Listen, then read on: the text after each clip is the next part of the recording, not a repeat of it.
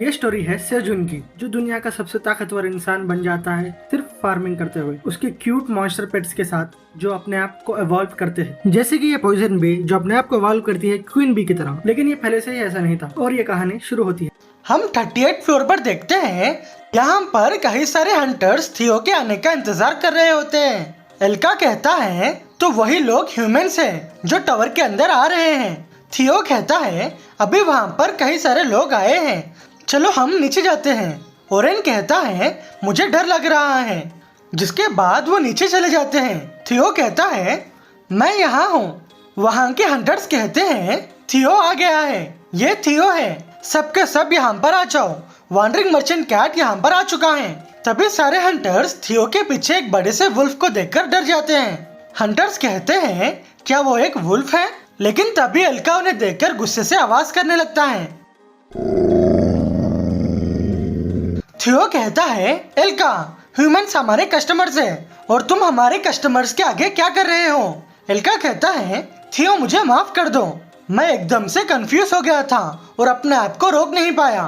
थियो सभी हंटर्स को कहता है आप सभी चिंता मत करिए, ये मेरा सबऑर्डिनेट एल्का है जो सच में एक क्विट डॉगी है। एल्का जाकर उन्हें थोड़ी सर्विस दो। सर्विस जाओ। एल्का कहता है क्या थियो, और वो एकदम से सभी के आगे एक डॉग की तरह एक्ट करना शुरू कर देता है, जो देखकर सभी हंटर्स एल्का को देखकर उस पर फिदा हो जाते हैं। सुहा कहती है थियो क्या मैं उसे टच कर सकती हूँ। थियो कहता है उसे टच करने के लिए तुम्हें एक टावर कॉइन लगेगा।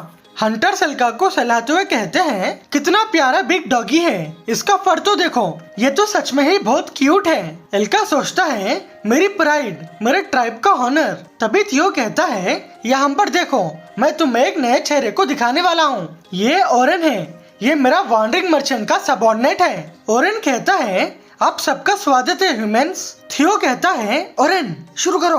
ओरेन कहता है ठीक है, आप सबसे मिलकर अच्छा लगा, मैं ओरेन हूँ। थियो कहता है हर बार पैट करने पर तुम्हें एक टावर कॉइन देना होगा। सुहा कहती है ये तो एक ब्लैक कैट है। थियो कहता है तो फिर अब हम क्रॉप्स के ऑक्शन को शुरू करते हैं। हमने हमारे बंडल्स को भी अपग्रेड किया है, जिससे हम यहाँ पर ज्यादा क्रॉप्स को ला पाए। आज का auction 5000 C grade cherry tomatoes हैं और 5000 सन पम्पकिन स्वीट पोटैटोस हैं, जिसके साथ ही हमारे पास 10,000 D grade detoxifying green onion है, जिसको हम 500 पर बैच बेचेंगे। वहाँ के हंटर्स कहते हैं सन पम्पकिन स्वीट पोटैटोस, क्या ये एक नया क्रॉप है? पहले हम चेरी टमाटोस को सिक्योर कर लेते हैं। थियो कहता है चलो ऑक्शन को शुरू करते हैं। 500 चेरी टमाटोस। वहाँ के हंटर्स कहने लगते हैं 500 टावर कॉइन्स। दूसरे हंटर्स कहते हैं 650 tower coins, 700 tower coins. Iona थियो के काम को देखकर कहती है थियो ऐसे काम करता है जैसे कि उसका फर चमकता है। पियो पियो हंसते हुए कहती है मुझे आइडिया ही नहीं था कि मास्टर का फेस ऐसा होगा। आयोना कहती है पियो पियो तुम्हें अपने मास्टर को चिढ़ाना नहीं चाहिए। पियो पियो कहती है मास्टर क्या मैं भी ऐसे इमोशंस को फील कर सकती हूँ, क्योंकि जब से आपने मुझे बचाया है मैं तब से बहुत ज्यादा मेहनत करते हुए इस रास्ते पे जा रही हूँ, जिससे मैं अपने किंगडम के रिकंस्ट्रक्शन को और लोगों की सफरिंग को रोकना चाहती हूँ। अभी मेरे पास इन सभी चीजों को करने के लिए थोड़ी सी होप है, और मुझे ये भी पता है कि मुझे इस काम को करने के लिए और भी मेहनत करनी पड़ेगी। आयोना कहती है पियो पियो तुम्हें सारे बर्डन को अपने शोल्डर पे लेने की जरूरत नहीं है, और तुम्हारे फीलिंग के साथ हॉनेस्ट रहना एम्बैरसिंग नहीं होता है। और बताओ क्या तुम्हारे दिमाग में ब्लैक रैबिट आ रहा है? जो सुनकर पियो पियो शर्माने लगती है और कहती है वो क्यों आएगा, मैंने तो बस उसे कुछ ही सेकंड्स के लिए देखा था। आयोना कहती है तुम तो अभी भी ऑनेस्ट नहीं हो, तो फिर ठीक है, मुझे तुम्हें ब्लैक रैबिट के बारे में बोलना नहीं चाहिए। पियो पियो कहती है ये ब्लैक रैबिट किस तरह का रैबिट है? आयोना कहती है तुम बहुत ज्यादा लेट हो गई हो, अब मैं तुम्हें नहीं बताने वाली। पियो पियो कहती है मास्टर आप तो अभी कुछ ज्यादा ही कर रहे हो। तभी आयोना वहाँ पर मैरिल को देखती है, जो उससे हाय कह रही होती है। आयोना एकदम से उसके पास जा रही होती है और कहती है ये कैट यहाँ पर क्या कर रही है? पियो पियो कहती है मास्टर, जिसके बाद हम आयोना को मैरिल के आगे देखते हैं। मैरिल कहती है हाय हैमस्टर। आयोना कहती है तुमने कहा था कि तुम मैरिल हो, है ना? तुम यहाँ पर क्या कर रही हो? मैरिल कहती है तो तुमने मेरा नाम याद रखा है, मुझे बहुत ऑनर फील हो रहा है। आयोना कहती है तुम फिर से थियो को हार्म करने के लिए आई हो, है ना? मारिल कहती है मुझे अब उस स्टूपिड येलो कैट पर कोई भी इंटरेस्ट नहीं है क्योंकि मुझे तुम मिल गई हो। आयोना कहती है क्या मैं? तभी मारिल अपने बैग से एक व्हाइट कलर की चीज को निकालती है जिसको देखकर हमें ये पता चलता है कि वो व्हाइट ड्रैगन का सील है। जिसके बाद मारिल उस मैजिकल सील से आयोना को एक मैजिकल बैरियर में ट्रैप कर देती है। जैसे ही आयोना अपना मैजिक यूज करने की कोशिश करती है तब वो ये देखकर चौंक जाती है क्योंकि उस मैजिकल बैरियर में उसका मैजिक काम नहीं कर रहा होता है। मैरिल हंसते हुए कहती है तुम उसके अंदर मैजिक यूज नहीं कर सकती हो, उसका मतलब ये है कि तुम अभी एक ऑर्डिनरी हैमस्टर हो। तुम अभी ट्रैप हो चुकी हो, ये तुम्हारे लिए सही है। तभी पियो पियो आयोना को देखकर जल्दी से आयोना के पास आ रही होती है। आयोना कहती है पियो पियो मेरे पास मत आओ। तभी वहाँ पर एकदम से स्कैरम बाहर आता है और वो व्हाइट ड्रैगन के मैजिकल सील से पियो पियो को भी एक मैजिकल बैरियर में ट्रैप कर लेता है। स्कैरम और मारिल पियो पियो को देखते हुए कहते हैं अभी 10,000 टावर कॉइन्स हमारे हैं। जिसके बाद वो उन दोनों को छुपाकर वहाँ से जाने लगते हैं जिसको डिटेक्टिव जिरात देख लेती है और वो कहती है यहाँ पर क्या हो रहा है और मास्टर आयोना यहाँ पर क्या कर रही है।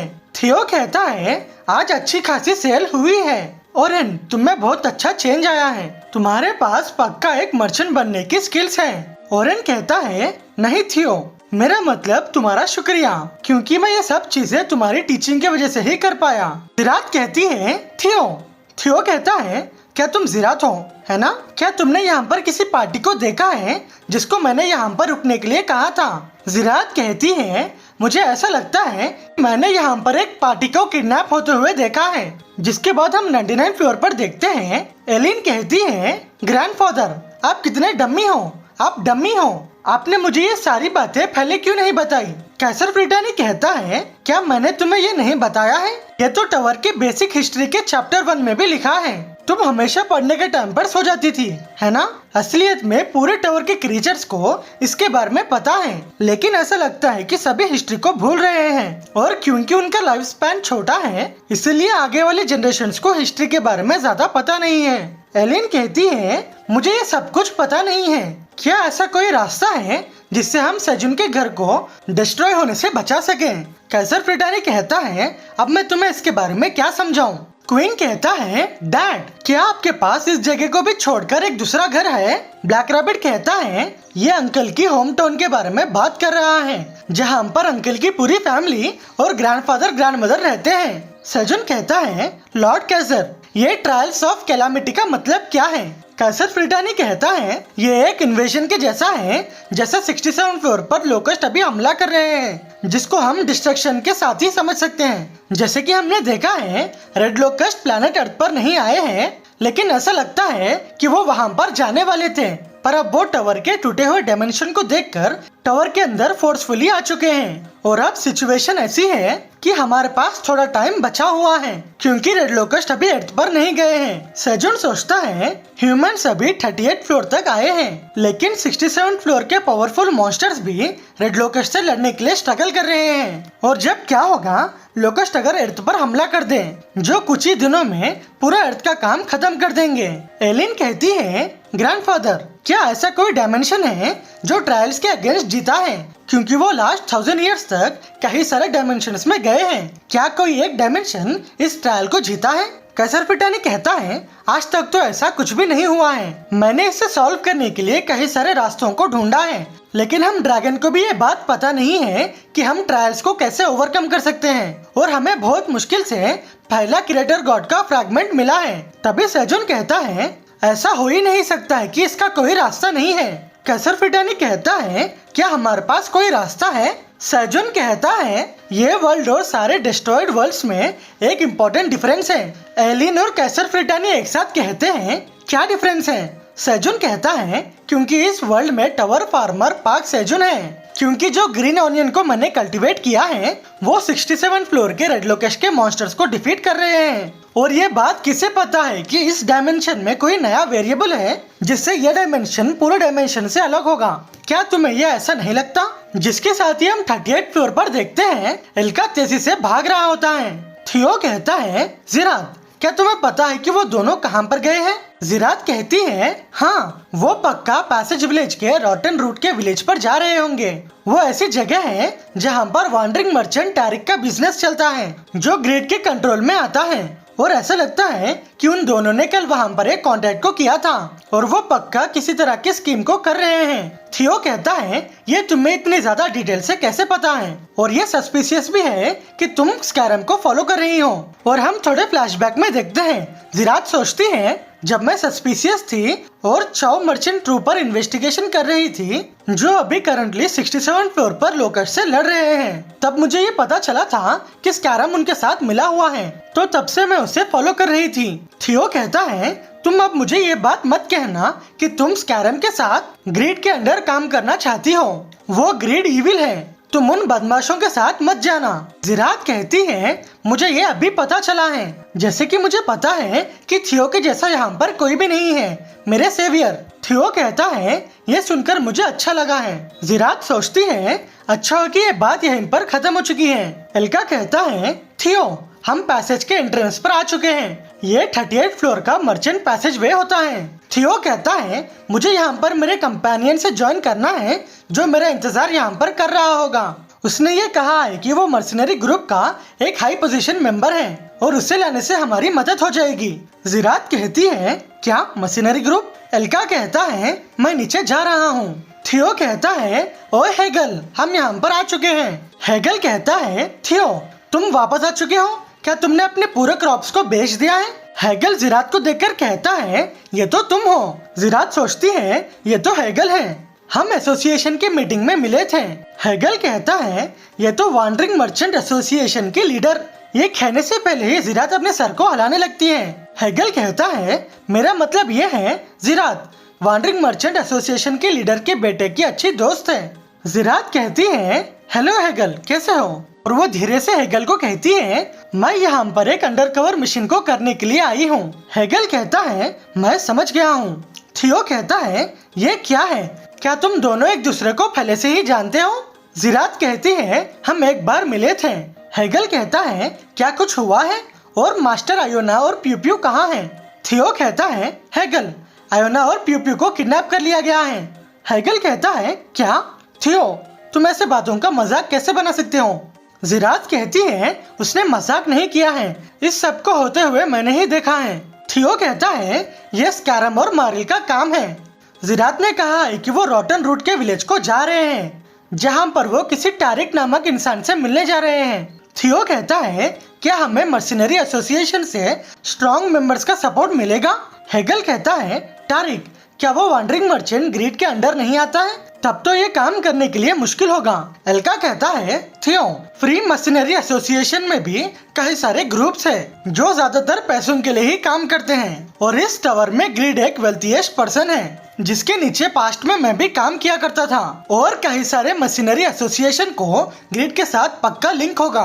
क्या होगा अगर हम मैजिक एसोसिएशन के लोगों को बुला लें? हेल्गा कहता है ये भी काम नहीं करेगा क्योंकि ग्रिड ने हर जगह अपने सबऑर्डिनेट्स को रख दिए हैं, चाहे वो मैजिक एसोसिएशन क्यों ना हो, यहाँ पर भी हालत सेम होगी। थियो अपना सर पकड़कर कहता है क्या इसका मतलब ये है कि हमारे पास कोई भी रास्ता नहीं है? तभी जिरात थियो को बुलाती है। थियो कहता है क्या हुआ है? जिरात कहती है मेरे पास एक आइडिया है, और क्या तुम एक बार मुझ पर भरोसा करोगे? जिसके बाद हम पैसेजवे विला के स्लम एरिया में देखते हैं जिस जगह को रॉटन रूट इंट कहते हैं, जहां पर हम स्कैरम और मारिल को देखते हैं, और हम स्कैरम को देखते हैं जो वहां के दरवाजे पर नॉक कर रहा होता है। तभी हमें अंदर से आवाज आती है जो कहता है बताओ तुम्हारा काम क्या है? स्कैरम कहता है हमने उन आइटम को रिट्रीव कर लिया है और यहाँ पर टैरिक से मिलने आए हैं। तभी अंदर से एक आवाज आती है जो एक पासवर्ड पूछ रहा होता है, ये बग क्या है? स्कैरम कहता है वो रॉटन रूट को पसंद करता है।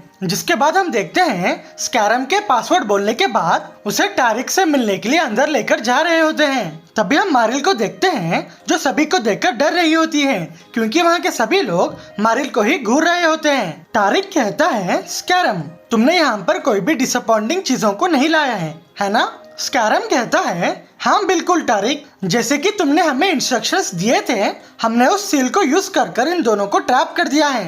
टैरिक कहता है तुमने सच में बहुत मेहनत की है, तुम इतने दिन से कैसी थी प्रिंसेस प्यू प्यू? और तुम सच में ही एक बड़ी प्यारी रैबिट बन चुकी हो। और तुम मैजिक एसोसिएशन की लीडर अयोना। अयोना गुस्से से कहती है, टैरिक तुम वही बदमाश हो। टैरिक अयोना को मारते हुए कहता है, मैंने अभी तक तुम्हें इजी लिया था, लेकिन ऐसा लगता है कि तुम्हें सिचुएशन पता नहीं है। अभी तुम एक यूजलेस हैमस्टर हो जो अपने मैजिक को यूज नहीं कर सकती। तुम्हें मारने के बाद मेरा पूरा स्ट्रेस चले गया है। स्कैरम कहता है, सुनकर अच्छा लगा। टैरिक स्कैरम से कहता है, जब तुम पहली बार मुझसे मिलने आए थे और तुमने ये कहा था कि तुमने रेड रिबन किंगडम के प्रिंसेस को देखा था, मुझे लगा था कि तुम झूठ कह रहे हो, लेकिन तुमने तो इस मिशन को आराम से कंप्लीट कर लिया है। मास्टर ग्रिड तुमसे बहुत ज्यादा खुश हो जाएंगे। स्कैरम कहता है, तो प्लीज मुझे ऑफिशियली मास्टर ग्रिड से मिलने दो। टैरिक कहता है, मुझे इसके बारे में सोचना पड़ेगा, जल्दी से इसे 10,000 टावर कॉइन्स दे दो। फॉक्स कहता है, ठीक है।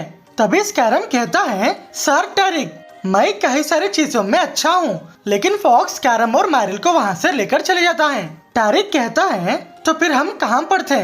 हाँ अयोना, सोचने पर हमें पता चलता है कि तुमने हमारे कई सारे डील्स को खराब किया है।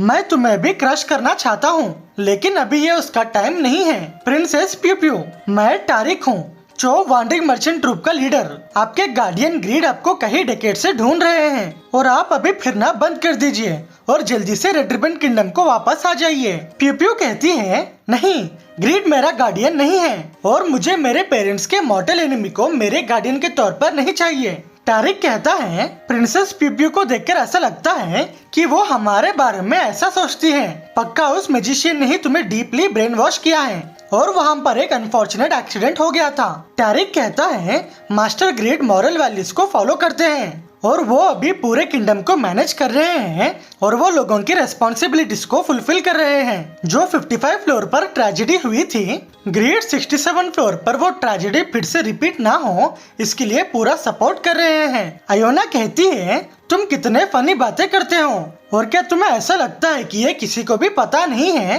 कि वो सपोर्ट के बहाने 67 फ्लोर का कंट्रोल लेना चाहता है। लेकिन ये चीजें तुम्हारी प्लान के मुताबिक काम नहीं करेगा क्योंकि अभी लोकस्ट का नंबर कम हो रहा है। टैरिक हंसते हुए कहता है, तुम कितनी स्टूपिड हो अयोना। क्या तुम्हें ऐसा लगता है कि हम खाली हाथ बैठे हुए रहेंगे जिससे तुम हमारे पूरे प्लान को खराब कर दो? तभी वहाँ पर एक फॉक्स आकर कहता है, सर टैरिक, उन्होंने ये कहा है कि रेड लोकस्ट का कवर वापस से रेड हो चुका है। टैरिक कहता है, ये एक अच्छी बात है।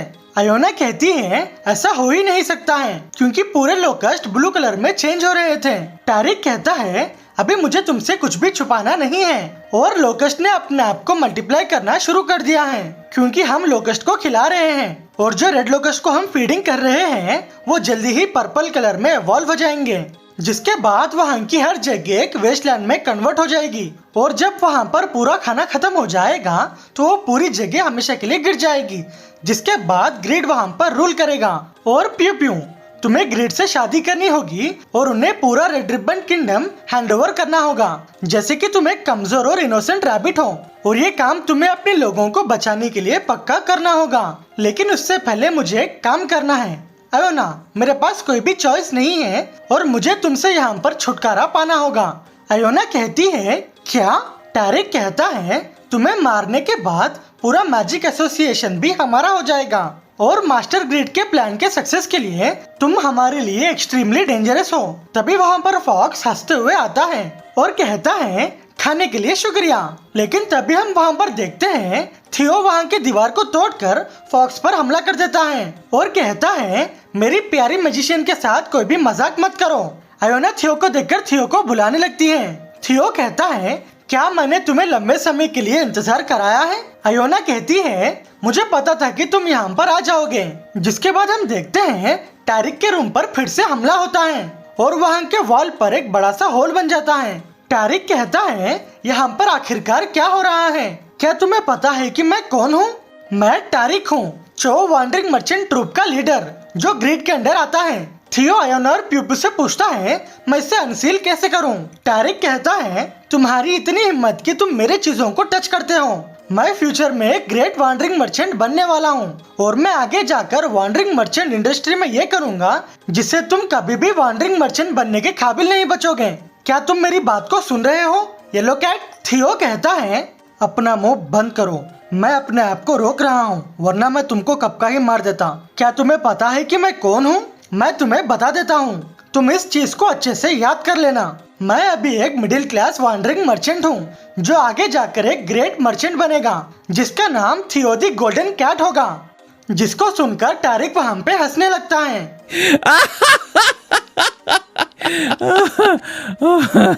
टैरिक कहता है, चाहे तुम अपने आप को गोल्डन कैट या येलो कैट कह लो, तुम तब भी एक नॉर्मल येलो कैट रहोगे। इस बदमाश को अच्छे से समझा दो। फॉक्स कहता है, ठीक है, मैं तुम्हें पूरी तरह से अलग कर दूंगा, जिसमें तुम्हें बहुत ज्यादा दर्द हो। जल्दी से डर से कांप उठो। थियो कहता है, मुझे तुमसे डर महसूस नहीं हो रहा है। फॉक्स कहता है, क्या? थियो कहता है, मेरे सबऑर्डिनेट्स तुम्हारे से भी बहुत ज्यादा डरावने हैं। तभी हम देखते हैं हेगल और एल्का उस फॉक्स पर हमला कर देते हैं। टैरिक कहता है, यहाँ पर आखिरकार क्या हो रहा है और एक ब्लैक वुल्फ यहाँ पर क्या कर रहा है? और तुम सिल्वर वुल्फ ट्राइब के एल्का, तुम्हें तो हमेशा ग्रीड की काइंडनेस मिल रही थी, तुम यहाँ पर क्या कर रहे हो? हम पर अटैक करने का मतलब ये है कि तुम मास्टर ग्रीड को धोखा दे रहे हो। और क्या तुम अपनी ट्राइब को भूख से मरता हुआ देखना चाहते हो? एल्का कहता है, तुम अपना मुंह बंद करो। वो एल्का अभी मर गया है, जो उस बेकार से जंगली बोर के पास से खाना लेता था। अभी मैं वो एल्का हूँ जो सिल्वर वुल्फ ट्राइब का लीडर है, और वो गोल्डन कैट थियो को प्रोटेक्ट करता है, जो आगे जाकर एक ग्रेट वॉन्डरिंग मर्चेंट बनेगा। हेगल कहता है, मैं हेगल हूँ, ब्लैक वुल्फ ट्राइब का लीडर। अगर तुम थियो के फर के टिप को भी टच करोगे तो हम तुम्हें नहीं छोड़ेंगे। टैरिक कहता है, ये दो वुल्फ इस कैट को क्यों प्रोटेक्ट कर रहे हैं? और क्या तुम सबको ऐसा लगता है कि तुम मेरे एनिमी बनकर यहाँ से आराम से चले जाओगे? अगर मैं चाहूँ तो तुम सबको इस टावर से बाहर निकाल सकता हूँ। एल्का गुस्से से कहता है, मैं इसके मुंह को निकालना चाहता हूँ, जिससे ये कोई भी बेकार बातें ना करें। जिसको सुनने के बाद टैरिक भी खामोश हो जाता है और वो कहता है, मेरी रूफ को तोड़ने के लिए तुम्हारा शुक्रिया। ये स्लम मेरी टेरिटरी है। मार्क्समैन, यहाँ पर आ जाओ। लेकिन वहाँ पर कोई भी नहीं आता है। टैरिक फिर से चिल्लाता है, मार्क्समैन, यहाँ पर आ जाओ। यहाँ पर कोई भी क्यों नहीं आ रहा है? जिरात कहती है, तुम्हारे कहने से यहाँ पर कुछ भी नहीं होगा। ये एरिया हमारी भी टेरिटरी है, जहाँ पर हमने एडवांस में ही हमारे सारे सबऑर्डिनेट्स को यहाँ पर लोकेट कर दिया था, जिसको हमारे एसोसिएशन के इंस्पेक्शन ब्यूरो के एजेंट्स ने किया है। टैरिक कहता है, क्या तुम वॉन्डरिंग मर्चेंट एसोसिएशन के सीक्रेट इंस्पेक्शन ब्यूरो के एजेंट हो? जिरात कहती है, सर टैरिक, आपसे मिलकर अच्छा लगा। मैं जिरात हूँ, इंस्पेक्शन ब्यूरो की एजेंट, और हम आपको यहाँ पर अरेस्ट करते हैं क्योंकि आपने किडनैपिंग, अनलॉफुल कन्फाइनमेंट, इंटिमिडेशन और ऐसे ही आप पर 8 और क्रिमिनल केसेस हैं। टैरिक कहता है, तुम्हारे पास प्रूफ क्या है? टैरिक कहता है, मैं एक काइंड वॉन्डरिंग मर्चेंट हूँ, और यही वो लोग हैं जिसने मेरे घर पर आकर ऐसा काम किया है। और मुझे बताओ कि तुम इन लोगों को कैसे कैप्चर करने वाली हो? आयोना कहती है, क्या तुम्हें प्रूफ चाहिए? तो ये काफी होगा। और वो रिंग से वो ऑडियो रिकॉर्डिंग सुनाती है, जब टैरिक आयोना को मारने से पहले उसे अपना पूरा प्लान बताता है। टैरिक कहता है, अभी इसे छुपाने से कुछ भी नहीं होगा। लोकस्ट अभी मल्टीप्लाई होना शुरू हो चुके हैं, क्योंकि हम ही उन्हें फीडिंग दे रहे हैं, जिसके बाद वो पूरी जगह एक वेस्टलैंड में बन जाएगी। और जब वहाँ पर पूरा खाना खत्म हो जाएगा तो वो पूरी प्लेस को मास्टर ग्रीड रूल करेंगे। और प्यू प्यू, तुम्हें भी ग्रीड को शादी कर कर पूरे रेड रिबन किंगडम को ग्रीड के हवाले करना होगा, जैसे कि तुम एक कमजोर और इनोसेंट रैबिट हो। टैरिक रिकॉर्डिंग को सुनकर कहता है, ये सब झूठ है। आयोना कहती है, तुम्हें भी ये बात पता है कि मैजिक झूठ नहीं कहता है। टैरिक कहता है, तुम वहाँ पर मैजिक को यूज नहीं कर सकती हो। मैंने ये सुना है, जब भी कोई बबल के अंदर जाता है वो वहाँ पर मैजिक को यूज नहीं कर सकता है। आयोना कहती है, तुम सही हो, मैं वहाँ पर मैजिक को एक्सटर्नली नहीं कर सकती हूँ। ये आइटम का मैजिक ऐसा है कि ये रिकॉर्डिंग को करता है, और इसी के साथ इसकी इंफॉर्मेशन बाहर नहीं जाती है, क्योंकि मैजिक इसे अंदर खींचता है। ये क्रिस्टल किसी से भी इन्फ्लुएंस नहीं होता है, और यही वो मैजिक की इंटरेस्टिंग चीज है। अभी चुपचाप तुम सरेंडर कर दो। अभी तुम्हें एसोसिएशन के कोर्ट ऑफ लॉ को लेकर जाएंगे, जहाँ पर तुम्हारा पसंदीदा ग्रीड भी होगा। टैरिक कहता है, मैं ऐसा होने नहीं दे सकता। हमने इसमें बहुत पैसे खर्च किए हैं। मास्टर ग्रीड इस मैटर को ऐसे ही जाने नहीं देंगे, और वो खाली बैठकर इस चीज को देखते हुए भी नहीं देखेंगे। थियो जिरात को बुलाता है। जिरात कहती है, थियो, तुम्हारा शुक्रिया, तुमने हमें थोड़ा टाइम दिया, इसलिए हम हर मार्क्समैन को पकड़ पाए। थियो कहता है ये तो कुछ भी नहीं था और सभी बातों को साइड पर रखो। मुझे नहीं पता था कि तुम एक एजेंट हो जो सीक्रेट इंस्पेक्शन ब्यूरो पर काम करता है। तुमने तो मुझे सच में ही सरप्राइज कर दिया है। जिरात कहती है मुझे माफ कर देना, मेरे पास ऐसा कोई भी प्लान नहीं था जिससे मैं तुम्हें धोखा देना चाहती थी। थियो कहता है अब से हम अच्छे से मिलकर रहेंगे। जिरात कहती है क्या? थियो कहता है तुम कभी 99 फ्लोर को आना, मैं तुम्हें वहाँ पर चेयरमैन पार्क से मिलाऊंगा और जब तुम्हारा ये पूरा काम खत्म हो जाएगा तुम वहाँ पर आ सकती हो। जिरात कहती है चेयरमैन पार्क, ये किस तरह का इंसान होगा? थियो कहता है अयोना क्या तुम ठीक हो? अयोना कहती है मैं ठीक हूँ, मैं जल्दी ही रिकवर हो जाऊंगी। थियो कहता है वो रिंग मेरे बंडल में थी जिसके बारे में मैं भूल गया था, लेकिन मुझे पता नहीं था कि इसका इतना अच्छा इफेक्ट होगा, तो इसीलिए तुम्हें वो रिंग चाहिए थी, है ना? और हम फ्लैशबैक में देखते हैं अयोना थियो से कहती है थियो जो रिंग हमने पहली बार देखी थी क्या तुम मुझे वो दे सकते हो? जिसके बाद हम प्रेजेंट में देखते हैं अयोना कहती है मैंने वो रिंग तुम्हारे पास से इसीलिए ली थी, लेकिन मुझे पता ही नहीं था कि हम इसे यहाँ पर यूज करेंगे।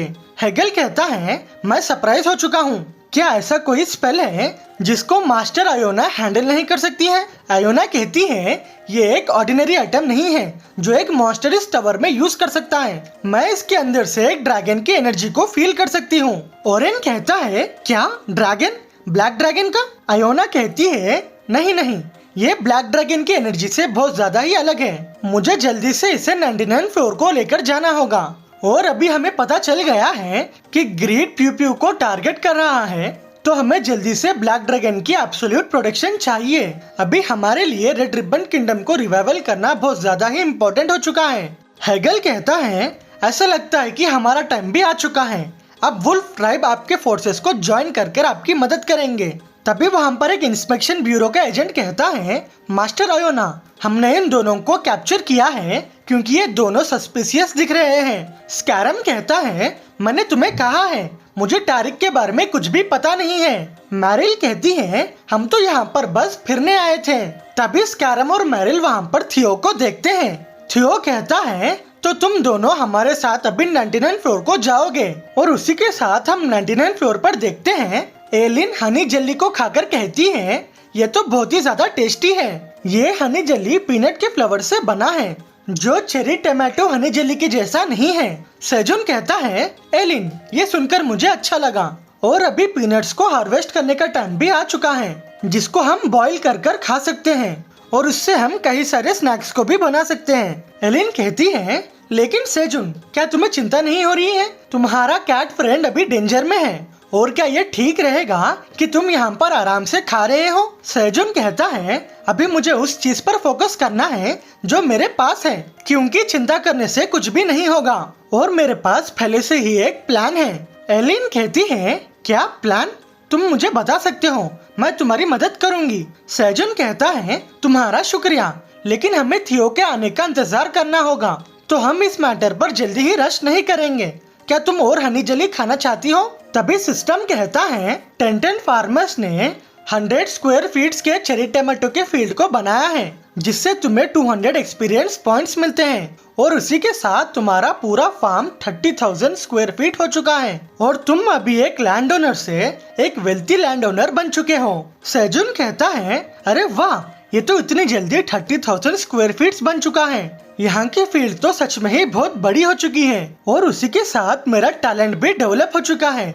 लेकिन ये वेल्थी लैंड ओनर क्या है? सिस्टम कहता है ये टैलेंट उन्हीं को ही मिलता है जिनके पास 30,000 स्क्वायर फीट से ज्यादा जमीन होती है, जहाँ पर तुम 100 टेनेंट फार्मर्स को रख सकते हैं जो तुम्हारे जॉब स्किल्स को भी यूज कर सकते हैं। और अगर कोई टेनेंट फार्मर लैंड ओनर के स्किल्स को यूज करता है तो लैंड ओनर को उसका 3% रिवॉर्ड मिलेगा, और तुम 5 गार्ड को सिलेक्ट कर सकते हो जो फार्म को प्रोटेक्ट करेंगे। जिसके साथ ही वेल्थी लैंड ओनर के 1 किलोमीटर के एरिया पर अगर गार्ड कोई एनिमी से लड़ता है तो उसका 50% एक्सपीरियंस पॉइंट्स लैंड ओनर को मिलता है। सेजुन कहता है क्या मैं अपने फार्म को प्रोटेक्ट करने के लिए गार्ड्स को भी सिलेक्ट कर सकता हूँ? और अगर कोई गार्ड एनिमीज को डिफीट करता है तो मुझे उनका 50% एक्सपीरियंस पॉइंट्स मिलेगा। लेकिन ये एक्सपीरियंस पॉइंट्स की चोरी तो नहीं है, क्योंकि ये काम जल्दी हो जाएगा अगर गार्ड इस काम को करते हैं। क्विंग और ब्लैक रैबिट जल्दी से मेरे पास आ जाओ। सबसे पहले मैं क्विंग और ब्लैक रैबिट को मेरे गार्ड के तौर पर सेलेक्ट कर लूंगा। क्विंग कहता है ये क्या है? सेजुन कहता है क्विंग तुम अभी ऑफिशियली एक गार्ड बन चुके हो जो इस फार्म को प्रोटेक्ट करेगा। क्विंग कहता है ये मुझे कूल लग रहा है, मैं अब से यहाँ की फील्ड को प्रोटेक्ट करूंगा। ब्लैक रैबिट कहता है क्या मुझे एक टेनेंट फार्मर के साथ एक गार्ड भी बनना होगा? तभी एक व्हाइट रैबिट कहता है अंकल फ्लेम तुम्हें बुला रही है। सेजुन कहता है क्या फ्लेम? जिसके बाद हम केव के अंदर देखते हैं सेजुन कहता है फ्लेम क्या हुआ है? फ्लेम कहती है मास्टर फाइनल प्यूरिफिकेशन कंप्लीट हो चुका है। सिस्टम कहता है ये प्यूरिफाइड इंट का एनहांस सीड है। ये सीड एक करप्टेड इंट का है जिसने ब्लू मून की एनर्जी को अब्सॉर्ब किया था और अभी वो प्यूरिफाई हो चुका है। ब्लू मून की एनर्जी के साथ ये सीड एनहांस हो चुका था और अभी इस सीड की करप्टेड एनर्जी को प्यूरिफाई कर दिया गया है जिससे इसका करप्शन का रेसिस्टेंस इंक्रीज हो जाता है। इसे खाने से तुम्हारे 15 लेवल्स परमानेंटली इंक्रीज हो जाएंगे और अगर तुम इसे ग्राउंड में रखते हो तो ये एक पावरफुल इंट ऑफ प्यूरिफिकेशन के झाड़ पर बदल जाएगा। सेजुन कहता है प्यूरिफिकेशन अभी कंप्लीट हो चुका है और ये बहुत अच्छा दिख रहा है। क्विंग कहता है इसका कलर भी बहुत ही प्यारा है। फ्लेम कहती है मास्टर क्या आप उसे खाने वाले हो? सेजुन कहता है मैं इस बात पर पक्का नहीं हूँ लेकिन मैं अपने स्टैट और लेवल्स को बढ़ाना चाहता हूँ। फ्लेम कहती है वो चाइल्ड बुरा नहीं था, असल में वो बहुत ही काइंड था लेकिन वो कंटामिनेट हो चुका था। सेजुन भी फ्लेम की बातों को समझ जाता है। तुम चिंता मत करो मैं भी टावर फार्मर हूँ, मुझे वैसे भी नेचुरली इस सीड को प्लांट ही करना होगा, क्या तुम्हें ऐसा नहीं लगता?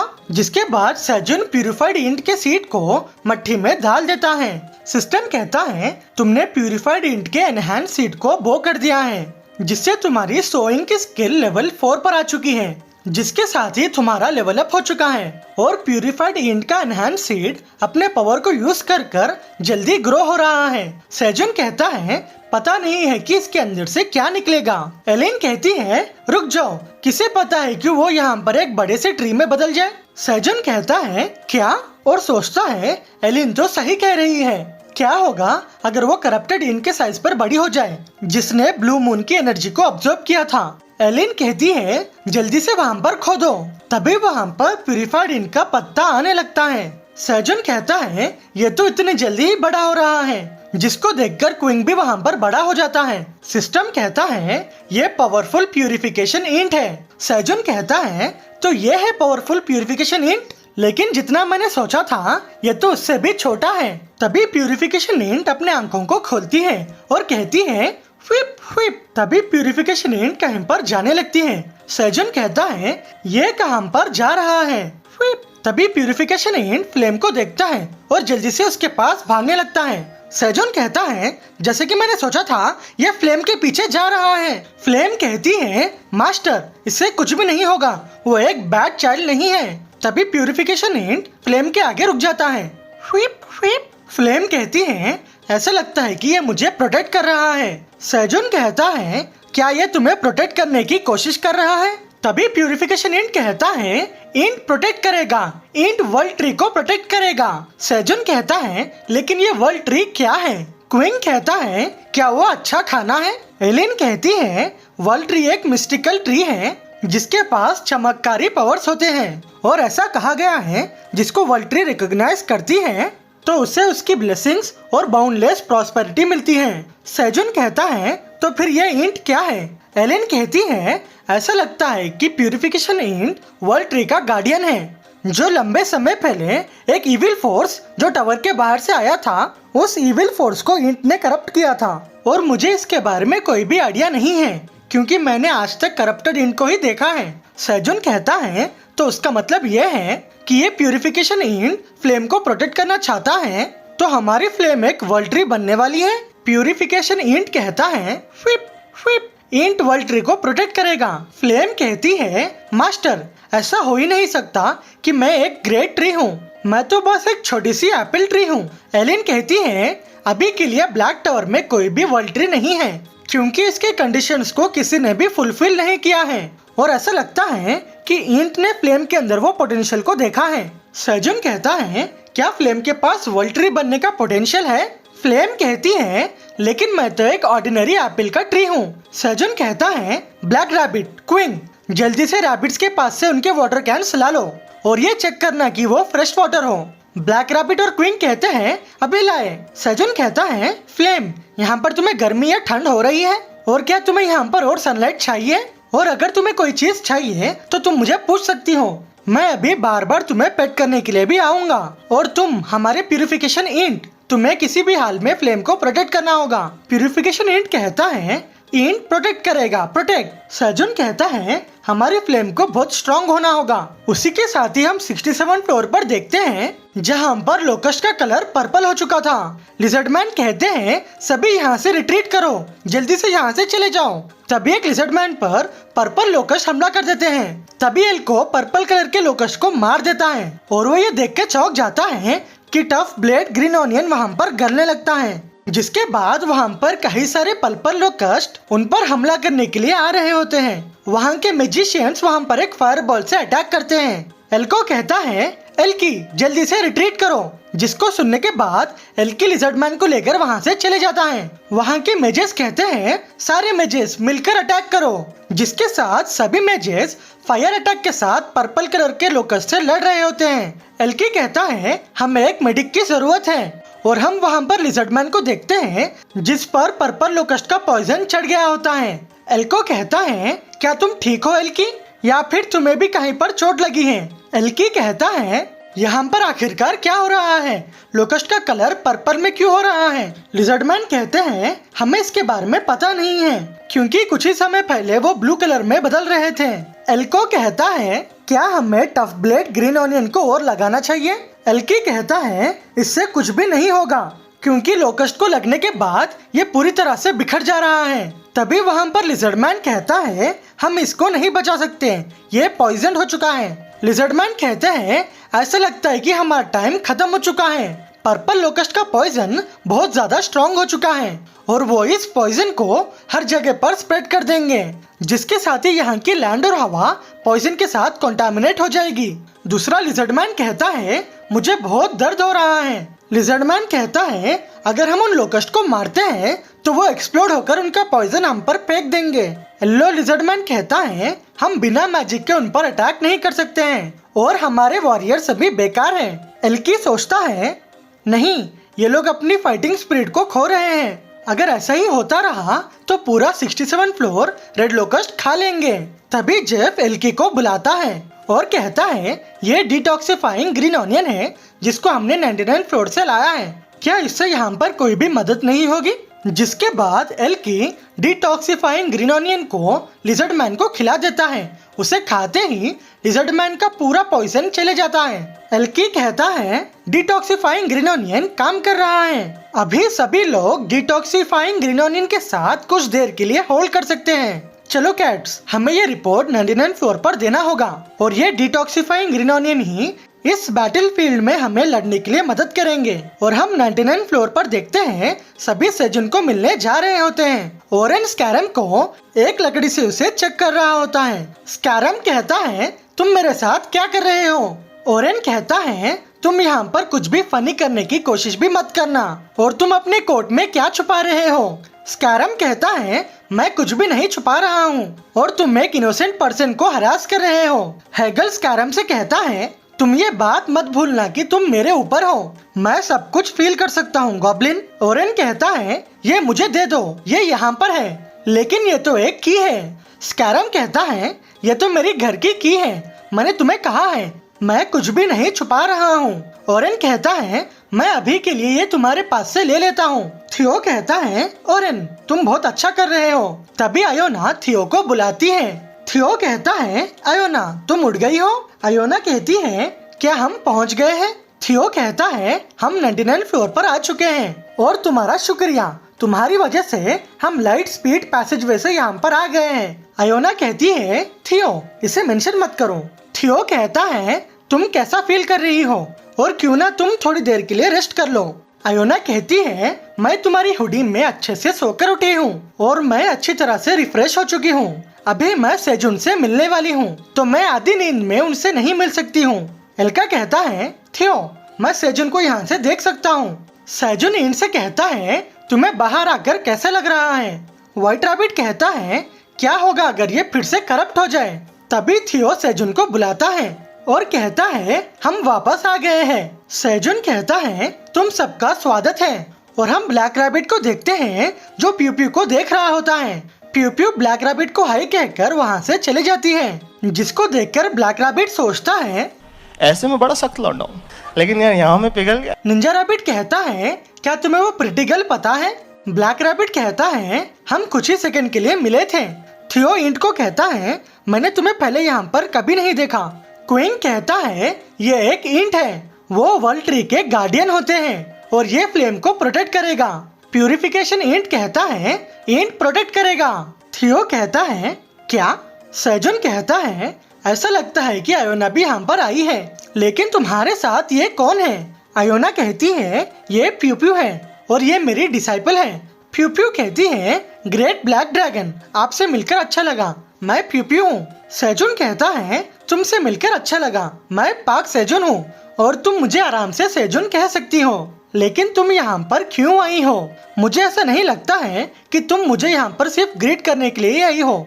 प्यू प्यू कहती है जैसे कि हम ग्रेट ब्लैक ड्रैगन से एक्सपेक्ट कर सकते हैं आप सही हैं, लेकिन मैं आपको यहाँ पर एक फेवर को पूछने के लिए आई हूँ। सैजुन कहता है क्या एक फेवर। आयोना कहती है प्यू प्यू बस मेरी डिसाइपल ही नहीं, वो 55 फ्लोर के रेड रिबन किंगडम की लास्ट प्रिंसेस भी है, जिसके कारण हम यहाँ पर ग्रेट ब्लैक ड्रैगन की प्रोटेक्शन लेने आए हैं। जिसको सुनकर सैजुन कहता है क्या ये रेड रिबन किंगडम की प्रिंसेस है। जिसको सुनने के बाद मदर और फादर रैबिट कहते हैं योर हाइनेस और वो सभी प्यू प्यू के आगे बैठ जाते हैं, मोटे रैबिट को छोड़कर, क्योंकि उसने सब्सक्राइब नहीं किया है। फादर रैबिट कहता है किसने सोचा था कि आप जिंदा होंगे और हमें माफ कर दीजिए क्योंकि हमने आपको नहीं पहचाना प्रिंसेस। जैसे कि हम आपके लोग हैं, हमें ये देखकर अच्छा लगा कि आप एक ब्यूटीफुल प्रिंसेस में बदल चुकी हैं। प्यू प्यू कहती है सभी ठहर जाइए, आपको इतना फॉर्मल होने की कोई भी जरूरत नहीं है। मदर रैबिट रोते हुए कहती है योर हाइनेस। सैजुन कहता है तुम्हें किस चीज से प्रोटेक्शन चाहिए।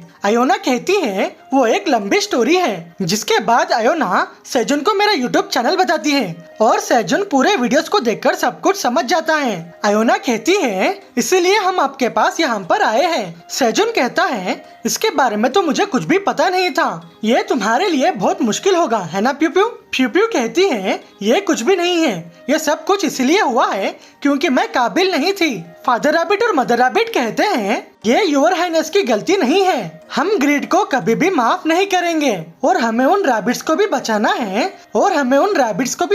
है जो वहाँ पर सफर कर रहे हैं। हम हमारे किंग और क्वीन के लिए बदला जरूर लेंगे। आयोना कहती है ये किडनैपिंग इंसिडेंट के बाद हमें ग्रीड को पकड़ने का प्रॉपर एविडेंस मिल चुका है, जिसके साथ ही ये सील भी उसका एक एविडेंस है। सैजुन कहता है तो इसका मतलब ये है कि इन दो बदमाशों ने इस आइटम को यूज कर आयोना और प्यू प्यू को किडनैप किया था। मैं इन दोनों को बाद में इंटरोगेट करूंगा, लेकिन ये सील पर सच में ड्रैगन का सिंबल है। एलिन कहती है इस सील को यहाँ पर नहीं होना चाहिए। सैजुन कहता है तुम आखिरकार क्या कहना चाहती हो। एलिन कहती है वो सील तो व्हाइट ड्रैगन का है जो ग्रैंडफादर किलियन मार्क का है।